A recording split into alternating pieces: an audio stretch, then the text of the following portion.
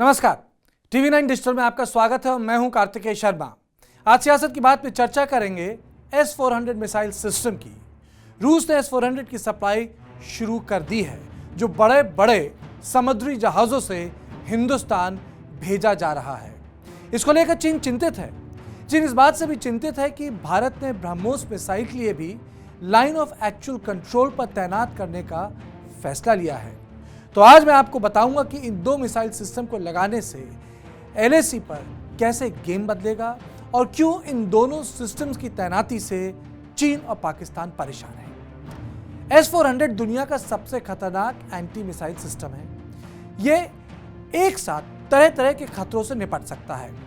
S-400 early warning aircraft, मध्यम range की ballistic missiles, intercontinental ballistic missiles और missile career के खिलाफ जबरदस्त कार्रवाई कर सकती हैं। S-400 पर रेडियो काउंटर मेजर्स भी काम नहीं करते। रूस का यह सबसे ताकतवर एक्सपोर्ट है, जिसको लेकर अमेरिका भी हमारे खिलाफ है, लेकिन रूस और भारत दोस्त हैं, इसलिए यह वेपन सिस्टम भारत को मिल रहा है। इसको लेकर भारत ने अमेरिका के एतराज को भी दरकिनार किया है। इसकी एक बटालियन में 8 बैटरी होती हैं। हर बैटरी में 4 मिसाइल लगी होती है। हर बटालियन में कमांड एंड कंट्रोल पोस्ट होता है, जिसके अंतर्गत एक कॉम्बैट कंट्रोल पोस्ट होता है। हर बैटरी में एक इंडिपेंडेंट रडार सिस्टम होता है। हर बैटरी का रडार सिस्टम एक झटके में 600 किलोमीटर की रेंज में 300 टारगेट ट्रैक और टारगेट करने की ताकत रखता है।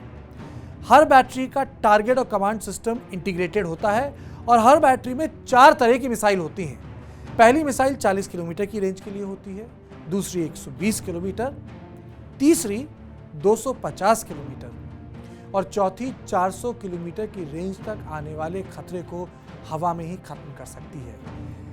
ऐसे में किसी भी देश का बड़ा मिसाइल सिस्टम S-400 के सुरक्षा कवच को भेद नहीं सकता है। आप ऐसे सोचिए कि अगर इस सिस्टम को पाकिस्तान के बॉर्डर पर लगा दें तो इस सिस्टम का रडार पाकिस्तान के फाइटर प्लेन के टेक ऑफ होते ही उसका पता लगा लेगा।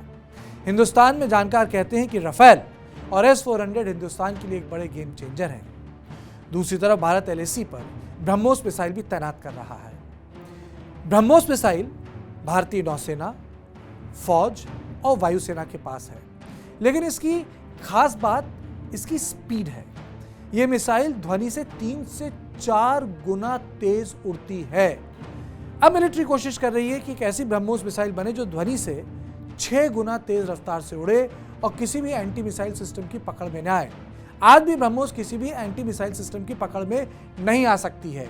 इसके साथ साथ ब्रह्मोस की रेंज 400 किलोमीटर तक होती है, यानी युद्ध के दौरान ब्रह्मोस दुश्मन की सेना के इलेक्ट्रॉनिक और मिसाइल सिस्टम और हवाई जहाज को भनक लगने से पहले ही तहस नहस कर सकती है। दुश्मन सेना को पता ही नहीं लगेगा कि कब मिसाइल उसके बेस पर जा गिरी।